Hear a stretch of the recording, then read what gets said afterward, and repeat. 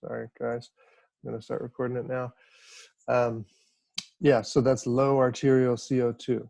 Okay, so that's the stimulus. As soon as our chemoreceptors sense low oxygen, we start breathing more, right? We start breathing rapidly. Okay, and just like hyperventilation, when we started breathing rapidly without an increase in metabolism, that makes our CO2 levels drop, right? We start blowing off CO2 because we're not actually producing more CO2, but we're breathing off more, so our CO2 levels go down. That's directly connected to pH and hydrogen ion concentration, right?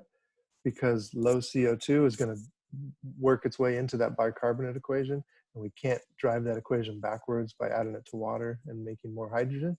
So our pH goes up, or our hydrogen concentration goes down, right? That's the same thing as pH going up, okay? And so then what would that do to the oxygen hemoglobin dissociation curve, right?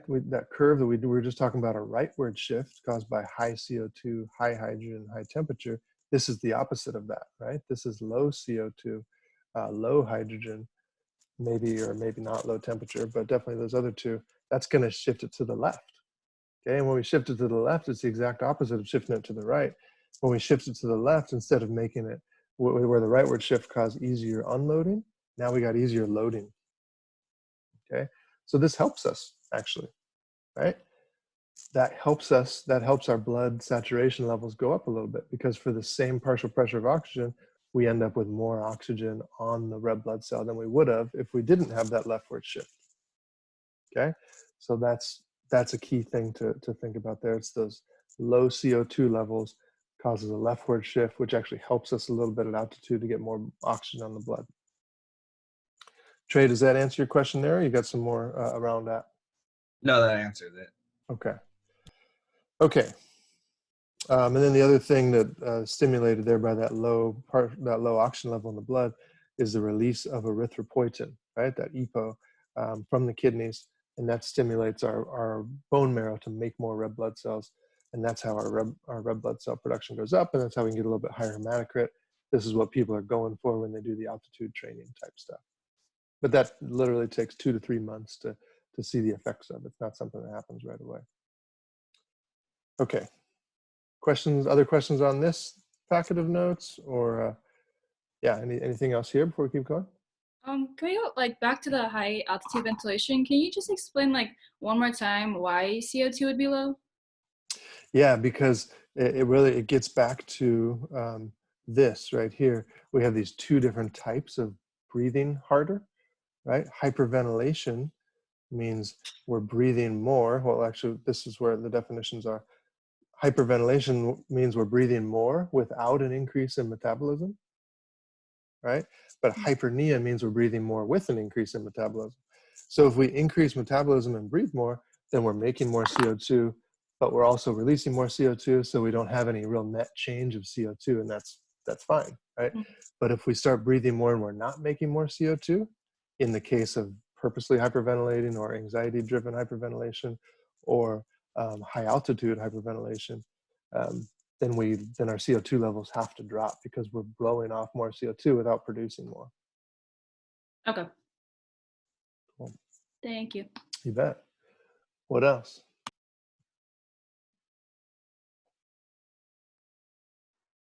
Okay. Anything else in the ventilation and CO2 notes here? Okay. What else we got? Where else do we want to go? What other packets of notes or other specific questions you guys have? I have a question. Oh, sorry. No, you can go.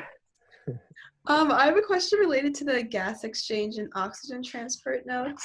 Okay. Like the gas movement with gradient slide. Mm-hmm. Could we just like kind of go over everything here? Sure. Gas movement. This one right here? Yeah. Okay. Yeah. So this one. Yeah. Okay. So let's start here actually with the partial pressure, because that's really the crux of all of this, is understanding partial pressure. So when we think about the atmospheric pressure that's on top of our heads, right? We know that when we go up to the mountains, our ears have to pop, or when we come down from the mountains, our ears have to pop. That's because the pressure, it changes, right? The further we are from the top of the atmosphere, the more pressure we have on top of us, right? Because there's more space between our heads and the top of the atmosphere, the closer we are to sea level, right? And so that's atmospheric pressure, but then with that atmospheric pressure, so total atmospheric pressure is typically around 760 at sea level, but we can calculate how much each gas in the atmosphere contributes to that 760, right? So just by knowing the percentages of each gas, then we can take that percentage back in its decimal form, times it by the total pressure, and we can say, all right, well, of that 760, these amounts here, about 200 of it, about 200, about 199 of it is from nitrogen, about 53 of it's from oxygen, and only a tenth of it, 0.1 of it is from CO2, right? So that's the idea of partial pressure. This is, sorry, this one is the Everest ones that I was reading there, but you get the idea. Okay, so we can calculate that with partial pressure. And the reason that matters so much for this is because that's how we measure gas concentrations in the blood too, is we use partial pressure to measure how much oxygen there is, how much CO2 there is, okay? And so when we look at this right here, inspired air, the partial pressure of oxygen is about 160. Okay, let's go back to this one. That's pretty close to this, right? It's pretty close to that oxygen there. So it means we're pretty much at sea level when in this calculation here. Okay, so if the inspired air is about 160 in the amount of oxygen we're bringing in, look at that. That air makes its way all the way down to the alveoli, and now it's only 104 when it gets there. Why is that? Why would we lose so much oxygen between the air and the alveoli? Does anybody have an idea? Would some of that oxygen go to the nearby cells? No, because we can't actually take any of that oxygen out until it gets to the alveoli. Oh, okay. So on the way down, those cells along the way there are not fed by the air that's passing by them. They're fed by capillaries that would be around the back kind of side of those tubes. Isn't it mixing with the residual volume? Absolutely, Becky. Yeah, that's what it is, right? We have this residual volume in our lungs, which is the amount of air we can never get rid of. So that's kind of stale air inside of there, right? So we're mixing this 160 with something lower than 104, right? And then so that it averages out to be about 104 by the time it gets down there, right? Okay, so now we've got partial pressure of 104 in the alveoli. That blood that came back from the cells that had already had the oxygen extracted only has 40 millimeters of mercury left of oxygen in it when it gets back. So very important point is we have a concentration difference here, right? From 104 down to 40. So all that means is we have a big, a steep hill going downwards to be able to push that oxygen into the blood out of the alveoli, right? So then by the time we get out of the venous side of the capillaries, over to getting ready to pump that blood back to the heart, now those are equal, right? Those have equaled out. So we got 104 millimeters of oxygen on the blood as well as in the alveoli. So now that blood's nice and filled up. It's ready to go down to the tissues, or it goes through the left heart, gets pumped out of the aorta, okay? We did lose a little bit of oxygen on the way down, right? It's only 95 here. But now we need to get that oxygen out of the blood into the cells. So we got to have a step down in concentration each step of the way. So the first step is from the blood into the interstitial fluid, right? And there's no special carrier that helps us with that. That's just pure diffusion, right? And so we've got to have a strong gradient. So that gradient between 95 and 40 is what pushes oxygen through, right? It's just diffusion. It's just going from a higher concentration to a lower. So that's 40 there in the interstitial space. But now we need another step down to get it into the tissues, right? To get it into those cells. If the cell's partial pressure was 40, we wouldn't get any oxygen in there, right? But since it's only 20, we've got to step down now too, right? So that pushes it through via diffusion as well. And so that's really the bottom line with each of these. We could walk through that exact same example with CO2. It's just the reverse, right? Highest partial pressure of CO2 at the cells, a little bit lower in the interstitial fluid. Dang it, sorry. A little bit lower in the blood, okay? That blood makes its way back here. Now we've got lower partial pressure of CO2 in the alveoli that we did in the blood. So that means CO2 is going to move into the alveoli so we can get rid of it. Okay, so we have to have that concentration difference to be able to move a gas. And so we see that in both O2 and CO2. Okay, does that help, Anna? Yes, thank you. Okay. What else on that? Any other things on that, Gracie? You were wondering that same thing? Yeah, that was my same question. Okay. Anything else surrounding that with these questions or anything like that? Could we go over the disassociation curves in this section? Yeah, where are those again? Is it still further along than this? I think it's the next slide. Excellent. There we go. Okay, good. And I was wanting to have one of these in front of me when we were talking about the altitude part too. But this is that oxygen hemoglobin dissociation curve we were talking about. And so really what this is, and the way to interpret this is partial pressure of oxygen down here, okay? And that's just the partial pressure of oxygen around the red blood cell, wherever it finds itself, okay? And then by knowing the partial pressure that's around the red blood cell, we can know exactly how much oxygen is going to get on the red blood cell just by the studies that have been done on this, right? So we know in normal conditions that if we have about 100 millimeters of mercury of oxygen, and let's go back to the previous couple slides and say we'll see what the partial pressure was down at the alveoli, right? It was that 104, right? Remember that? That was the 104 partial pressure of oxygen in the alveoli. So that's really what we can use for this equation.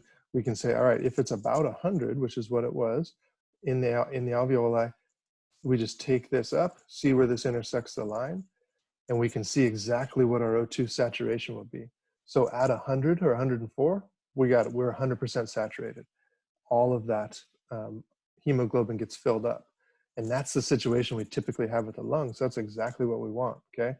And then go back to that same slide I just did and tell me the typical partial pressure of oxygen in the interstitial space around the tissue cells. Somebody do that for me and speak up.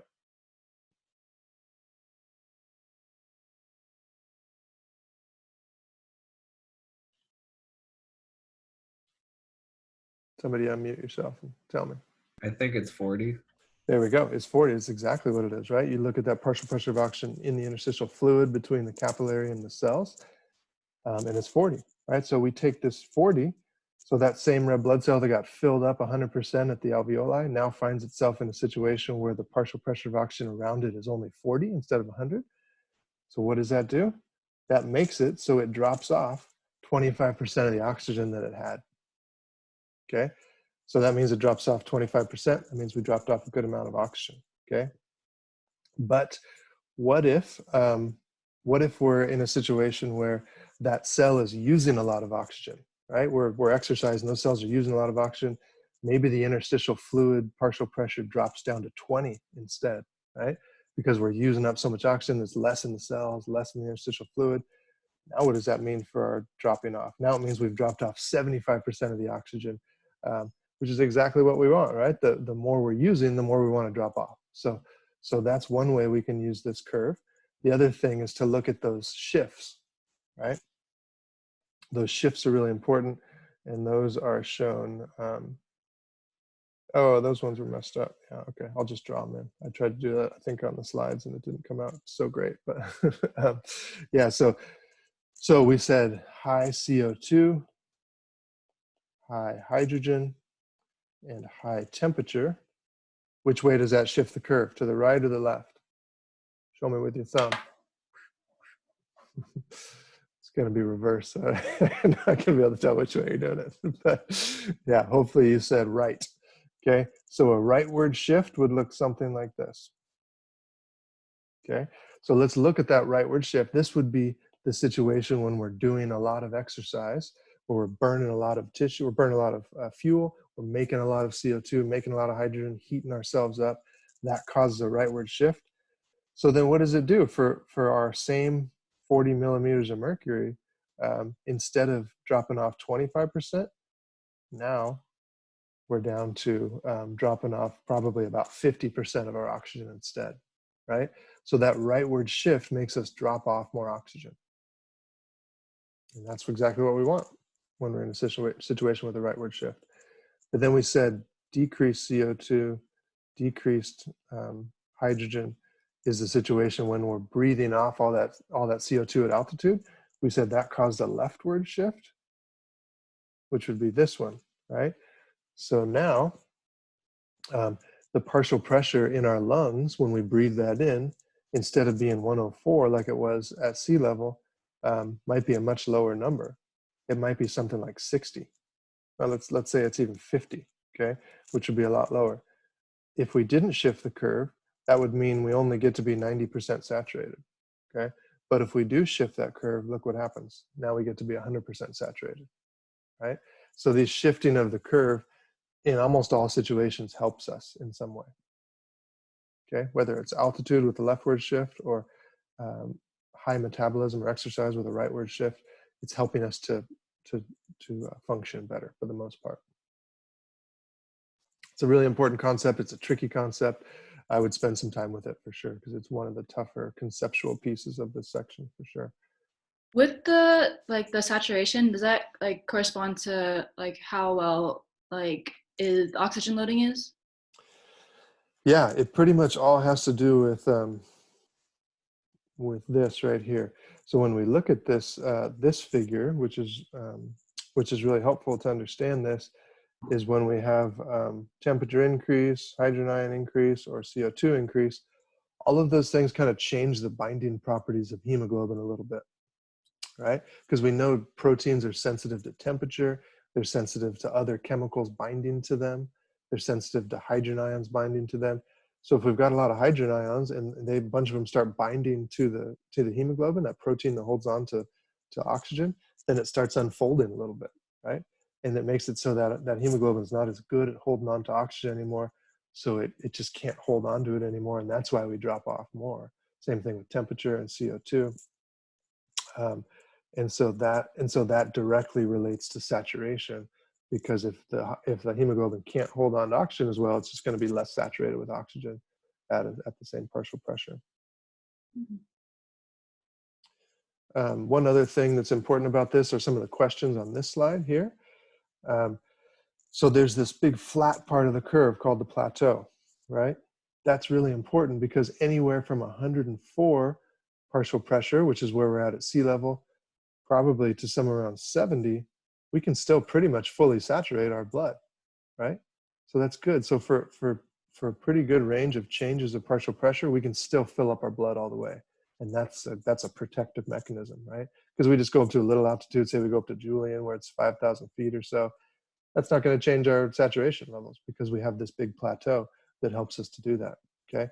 But then once we get in the steep part of the relationship, which is really over here, if our interstitial fluid went from 40 to just 35, okay, we go from being 75% saturated to 60% saturated. So for a small change in that steep area, we get a lot more oxygen dropped off, which again is exactly what we want, right? Because we're getting we have a small change in partial pressure leads to a lot more oxygen dropping off, because that small change in partial pressure means that we're burning more oxygen, right? So we need to drop off a lot more. So both the steep part and the plateau are very beneficial for us. Okay, other questions on that? I had a question. I'm just still a little confused with the altitude. So higher altitude, it moves the curve left because of low CO2. But that means there is more loading of oxygen. But why is that? Because isn't the partial pressure of oxygen less? It is, yeah. So it is. So let's go back to, where did I draw that one on there? I guess right here. Yeah, so this one is pretty busy, but it still might be the best one to use.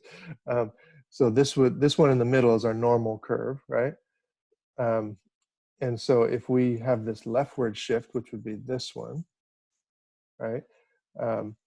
Partial pressure at sea level was 100, okay? But let's say we're at such an altitude to where it's all the way down to 50 instead, which would be right here, okay?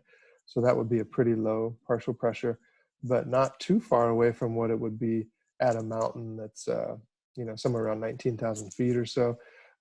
In Mount Everest, the partial pressure of oxygen is only about 52. Most people don't go to the top of Mount Everest, but they might go to somewhere that's like Denali in Alaska or something where the altitude's around 20,000. That would result in a partial pressure of oxygen in the alveoli of probably around 50 or 60. Okay, so if we didn't shift the curve and we had that partial pressure of 50, we'd only be 90% saturated, right? But if we do shift the curve right here, now for that same low partial pressure, we can still be 100% saturated. Okay, so it's just you're shifting the curve to make up for like the oxygen like demand. Sorry. Yeah, to Okay. make up for, not necessarily for the demand, but to make up for the lack of oxygen in the air. Okay, thank you. Yeah, and the cool part about this is it's not like there's a little brain inside these hemoglobin thinking about, oh, the oxygen's lower, we got to move it. It's just the properties of the protein, right? Which is incredible, right? It all just kind of happens naturally based on those other chemicals, the CO2, the hydrogen, and the temperature. Okay, what else? Good questions, very good questions. So when you're exercising or you have higher metabolism and the curve shifts to the right, then it looks like you're going to have less or a lower percentage of saturation. You're not quite at the 100%. So even though you're not there, is it still better for you and because your tissues need more oxygen because it's easier unloading? So though you don't have the 100%, it's unloading all of it? Yeah, it's a good question, and it's partially because of my poor artwork ability. Oh, okay. Yeah. So this slide was the one that actually has some. This one here is the one that actually has some real ones in it, but for some reason it's not rendering right on the iPad. I think you guys probably have the slide that actually shows the lines. Does yours show the lines? Oh, yeah. Yeah. So what does it look like for you, Trey? If you were to take with the rightward shift one, if you were to go from 100, what would the saturation be?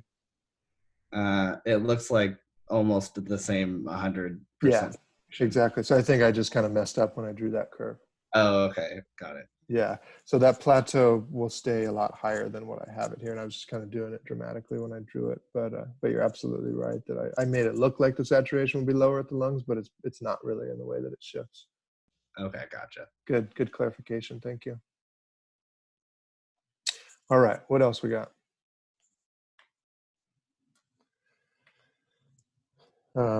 So that's a lot with the lungs. Do we want to go anywhere?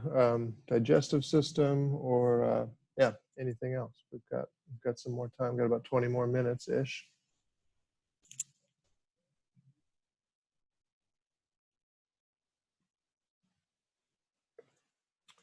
For carbohydrate digestion, can you go over a little about the sodium potassium pump with glucose and everything? Absolutely, Jamie. Yeah.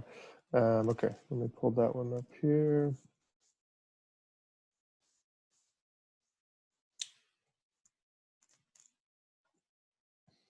Okay, so with these notes here, yeah, let's go to the very end where it talks about each type of macronutrient and how they each get absorbed finally in the small intestine.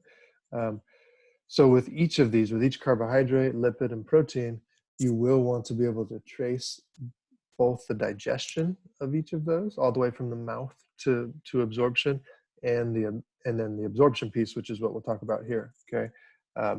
But so carbohydrate digestion starts in the mouth, right? With that salivary amylase. Okay. And then it goes through the stomach. Not too much happens in the stomach at that point, but then we get to the small intestine where we see pancreatic amylase, which is just a part of that pancreatic juice that's released, right? That's going to break down our polysaccharides, which are already starting to be broken down in the mouth and throughout. It's going to break down those polysaccharides into disaccharides, so into just the two monosaccharides together, okay, which are still sugars, but they're not totally refined sugars. And so now we've got a bunch of disaccharides thanks to the pancreatic amylase. And now we have brush border enzymes. So little enzymes that are attached to these little tiny cells here. And those are going to interact with the disaccharides, break them down into monosaccharides. Okay, so break those down into monosaccharides, and now we're ready to absorb these things finally. Okay, we've got to get it down to the monosaccharides before they can be absorbed. So now, usually we're going to have more glucose or more carbohydrate inside here than we do out here. So we'll say low, we'll just use glucose as our example, but that's just one of the monosaccharides, right? So we've got low glucose in the intestinal lumen, right? The tube where it's going through, higher glucose inside the cells. So in order to get glucose in, we've got to use energy, right? We can't drive glucose against its concentration gradient without energy, so we need active transport, right? For the most part, and this isn't always exactly that way, depending on each cell and how much you've eaten, but for the most part, we're going to need active transport. And since you don't see ATP in this little image here, that means it's not primary active transport, it's going to be secondary active transport.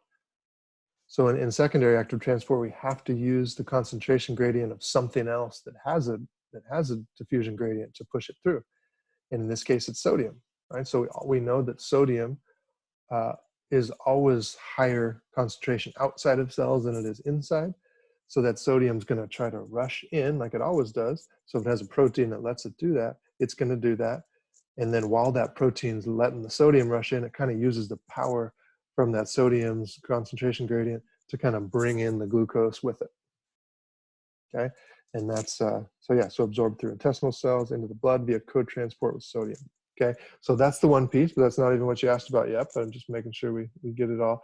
So we're driving sodium in that way, driving glucose in, so we've got that. But now, just like in the chloride shift and in our electron transport chain, if we just did that a bunch of times and just let a bunch of sodium build up inside these cells, then we wouldn't have a gradient anymore, right? We wouldn't be able to do this anymore. So we've got to get that sodium out, right? So we can keep a strong gradient for sodium, and that's where the sodium-potassium pumps come into play down here. So now we use ATP to pump that sodium out and pump potassium in, and that maintains our sodium gradient inside of those intestinal cells, so we can continue to use that secondary active transport to help us get our glucose in. Okay, so one of the reasons that sports drinks have sugar and salt is those two both help each other to get in, right? And like I said in the video, obviously, if you've ever tried just drinking salt water, you would never do that. So it's terrible taste. So there's a practical reason too. Okay. Good on that one, Jamie? Okay. All right, we might as well look at proteins and lipids while we're at it, because this is definitely some of the trickier stuff from this section as well. So with proteins, they don't really start getting broken down until they get to the stomach, okay?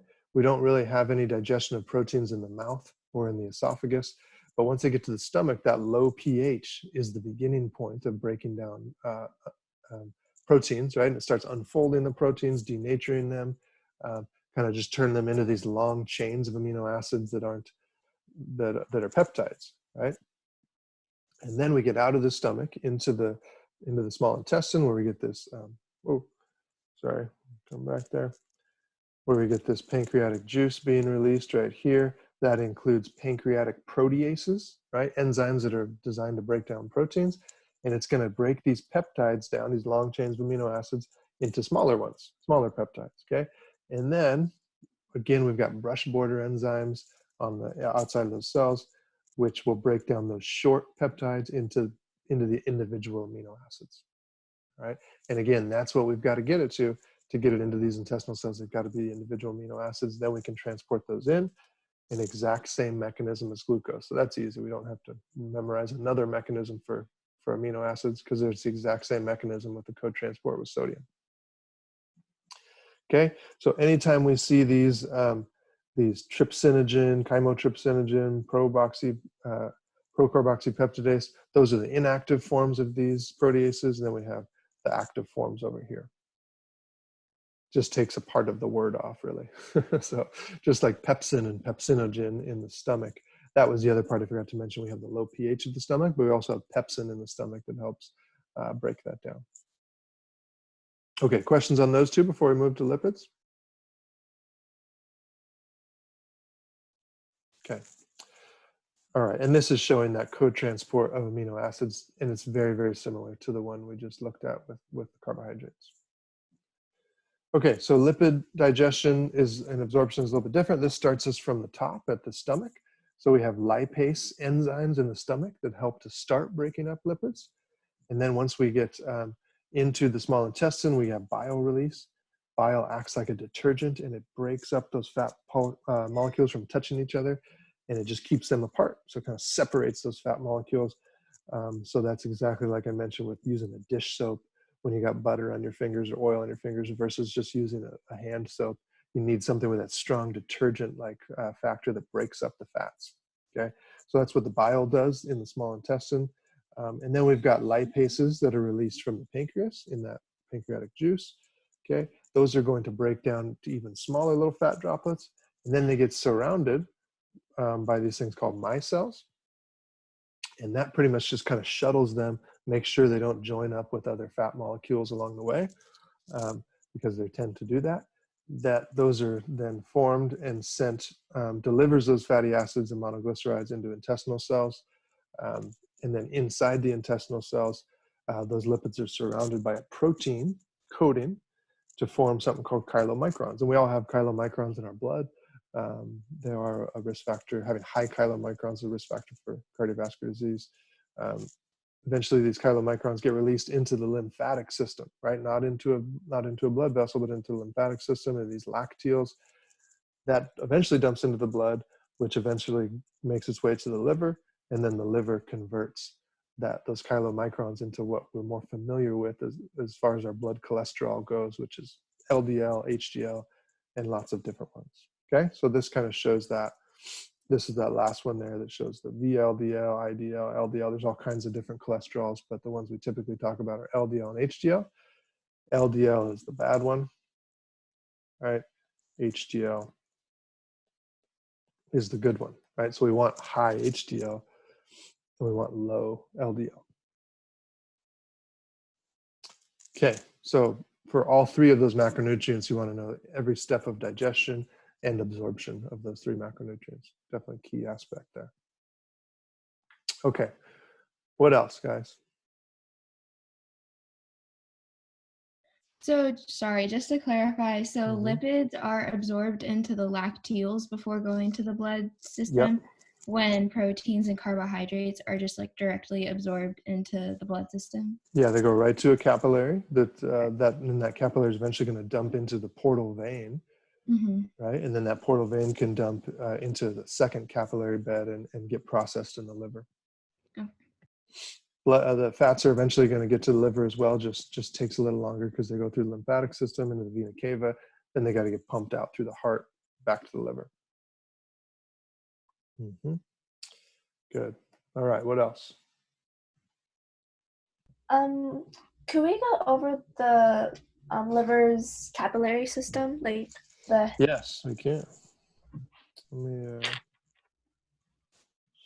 Where's that?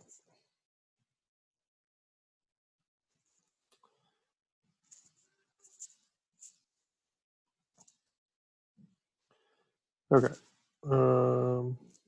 This is where it talks about it. Yeah. So this, it's just the same idea as what we talked about with the hypothalamus. We have, it's a portal system, which means there's two sets of capillary beds before we ever get blood back to the heart.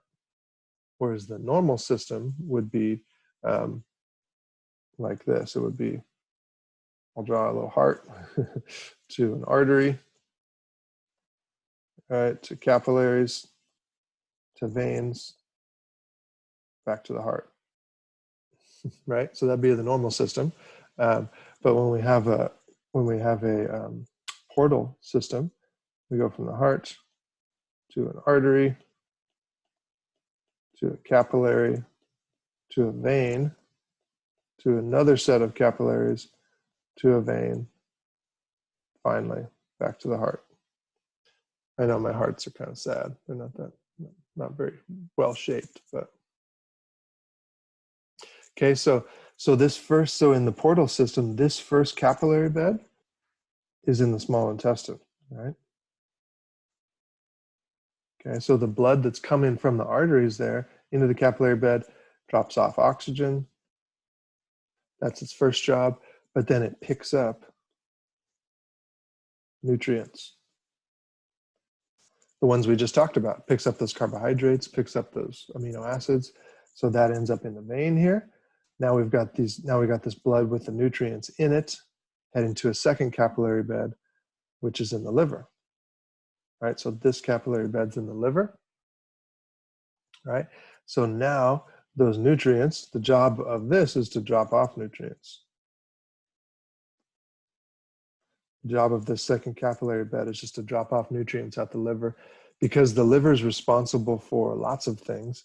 It's responsible for turning some of that glucose into glycogen. It's responsible for processing some of the stuff with the amino acids. And so it needs to get that blood first and get those nutrients first.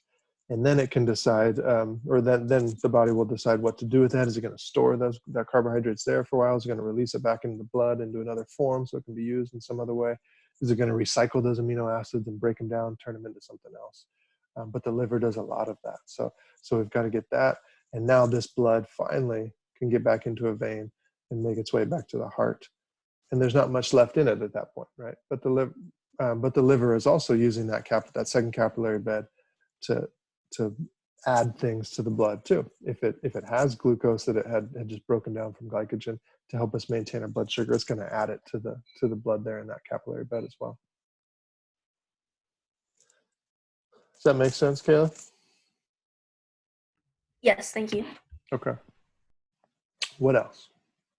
So is the reason why there's the portal system inside the liver because that's like the main place in which there's nutrients, so it has to be able to like feed the liver cells or the lobules with oxygen and stuff so that it can work, and then it's going to give off the nutrients to be filtered through the rest of the body for all the other cells and stuff? Close, yeah. So the thing about this, so this capillary bed, the one that we just talked about that's in the liver, this one is deoxygenated blood. So that blood doesn't have oxygen in it. So that blood is not being sent there to feed the liver cells blood oxygen. What we see here though in this image is a little artery coming in, right? So that's called the hepatic arteriole. That came directly from the heart, just like this, right? That one looked like this. It was heart to artery to capillary. And so this is that first capillary bed there. In that case, so that's the one that gets oxygenated blood and feeds the liver. This big one here is the one that we're talking about right here that would have a vein coming from the digestive tract to the capillaries. Okay, so you kind of have two different bloods, two different types of blood feeding the liver. One is feeding the liver oxygen, which came straight from an artery and the heart, and that's the red one there. And then the purple one there is the one that's coming from the digestive tract. So the reason we got to have this portal system is because we need to get those digested nutrients and absorbed nutrients to the liver ASAP. And so there's no reason to send this blood back to the heart first, because of the purpose of this blood getting there is not to give it oxygen, but it's to just drop off nutrients. So there's no reason to send that blood back to the heart before we send it to the liver, because we've got another arteriole here that's already given the liver the oxygen it needs. That makes sense, Trey? Yeah, so with the like little hepatic artery that goes, or arteriole that goes into the cell, that's giving it the oxygenated blood. And then what is the purpose of the blood besides just getting reoxygenated, that's coming out of the liver? Is there anything else that's You're talking about this one right here? Yeah, when it goes back through the second capillary bed to the portal venule.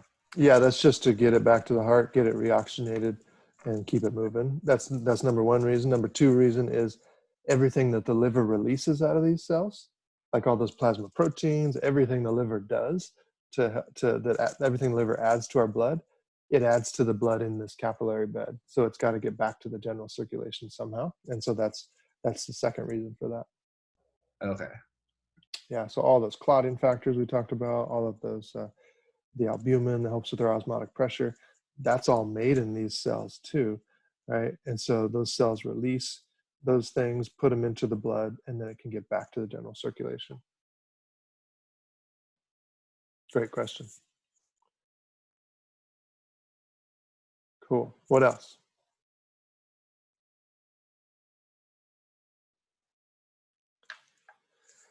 How are we doing on time? We're getting pretty close, but probably got time for one more topic if you guys want.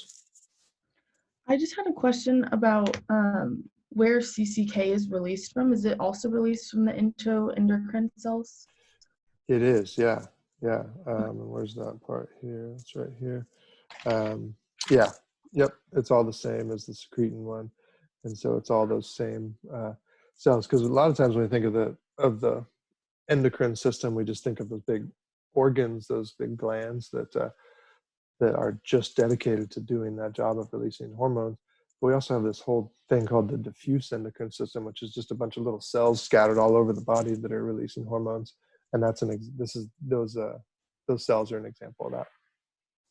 Thank you. Yeah. Okay, what else? I have a question about the, I think it's the very first section actually, ventilation. Okay. So when I was looking through the slides and it says factors of affecting ventilation, Mm-hmm. and when it talks about surfactant and how they're released, well, I guess I have like two questions. So one is that it's produced and released by type 2 pneumocytes, and I was wondering like where those are they just inside of the alveoli? And then my second question would be, when you talk about it says last 2 months of pregnancy, is that when the pneumocytes start producing and putting surfactant into the baby's alveoli? Yes, exactly. Yep. For that second question, yes, the last 2 months of development in the womb would probably be a better way to say it, because we're talking about the baby, not the mom. But the last 2 months of development in pregnancy or in fetal development is when those type 2 pneumocytes start doing their job and making surfactant. And then secondly, yeah, the pneumocytes. There's the main. I used to have an image that showed this. I must have taken it out. It kind of looks like this. If we, oops, I can't write on it there. If a alveoli kind of looks like this, we've got all these little cells kind of along the alveoli. Most of those cells are type 1 pneumocytes, which is just an example of simple squamous epithelial tissue, right? That just allows oxygen to pass through, CO2 to pass through. But then also studied throughout, we have a few of the other types of cells, which are the type 2 pneumocytes, and those ones are the ones that are making surfactant and releasing it into the alveoli. So they're pretty much just lining the alveoli. Okay. And then so how does is it the mom like gives the like oxygen to the baby cell while it's developing before those first 2 months? Like how is it? Yeah. So the interesting part is, so in the heart of the fetus, if you think of the heart in a simple way, it's just kind of this four chamber thing, right? If this is the right atria, left atria, and then obviously right ventricle, left ventricle. Typically blood would come in through the right atrium back this way, and then it would go out to the lungs, right? And then it would come back this way into the left atria, down to the left ventricle, and then out to the body, right? But in babies, there's a hole right here, actually. Right? There's a foramen valve, because there's no reason to send that blood to the baby's lungs, because the baby's lungs aren't doing anything. I mean, they're not bringing in any oxygen yet. So the blood that comes in the vena cava here in babies comes from the mom, and it's fully oxygenated. Okay, so our blood that comes from the vena cava is not oxygenated, right? Because we've used it up. But baby's blood that comes into the big vena cava, that's fully oxygenated. It's already got the oxygen it needs. So instead of going down to the right ventricle, the blood just takes a little shortcut. It goes into the left atria instead, down the left ventricle, and it can go right out to the body. Okay, so that's really what happens. The cool part about that those last couple months of development in the fetus is you can watch the babies in the ultrasound images sucking in fluid, and they're opening up their mouths and sucking in fluid, and you can see their chest kind of rising and falling, and they're breathing, but they're breathing in fluid is what they're doing. But the stretch that creates is exactly what stimulates those type 2 pneumocytes to start producing and releasing surfactant. So that breathing of fluid that they do in the last couple of months is the exact thing that stimulates them to open up their lungs eventually. So that's always why it's so important when the baby comes out to a lot of times they have to just suction down the baby's throat and just make sure all the fluid comes out, because their lungs are literally full of fluid, right? We never want any fluid in our lungs. Even the tiniest little bit of spit will make us cough, right? Even just in our upper respiratory tract, but babies' lungs are literally fully full of fluid. So yeah, so that's that. That answer your question, Trey? Yeah, thank you. Cool. Yeah. Okay. All right. Well, guys, I think we're about out of time here. Yeah, feel free to reach out if you got questions. Shoot me an email. I'm happy to help you with that. And the exam will be on Friday during our normal class time at 1:45. All right. Good to see everybody, and study hard. And I know you guys do well. Okay. Have a good one. Bye-bye, everybody. Thank you. Bye-bye. Thank you. You're welcome.